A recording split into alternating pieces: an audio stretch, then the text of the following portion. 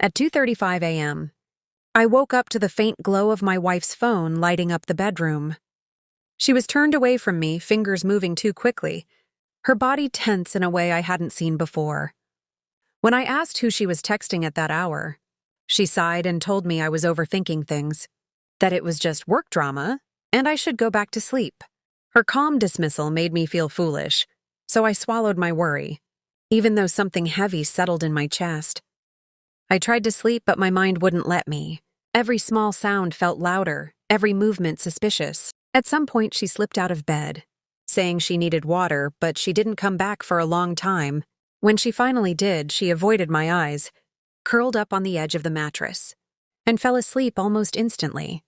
I lay awake until morning, replaying the moment over and over, wondering why her reassurance felt so hollow. When I woke up later, the house was unusually quiet. Sunlight spilled into the bedroom, but her side of the bed was empty and cold. I walked toward the closet to grab my clothes, and that's when I noticed it. Half of her wardrobe was gone. Dresses she loved, shoes she wore on special occasions, even the small suitcase we used for weekend trips was missing. My heart began to race as the reality I had been avoiding all night finally hit me. She was sitting on the floor of the living room, her face buried in her hands, shoulders shaking with sobs.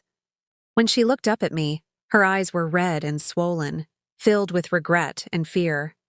She admitted everything in broken sentences: the late-night messages, the secret meetings, the lie she told herself that it didn't mean anything. She said she planned to leave quietly, but standing in the empty closet had made the weight of her choices impossible to ignore. I didn't yell or cry. I just listened as the woman I trusted confessed how easily she had dismissed my worry, how she convinced herself that love could survive dishonesty. She said seeing her clothes gone made her realize she was about to erase a life we built together.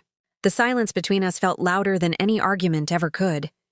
By the end of the morning, the closet was still empty, but so was something inside me. Her tears couldn't undo the lies, and her regret came too late to save what we had. At 2:37 a.m., she dismissed my worry as nothing, but by morning, we were both grieving the same loss, standing in a house that no longer felt like home.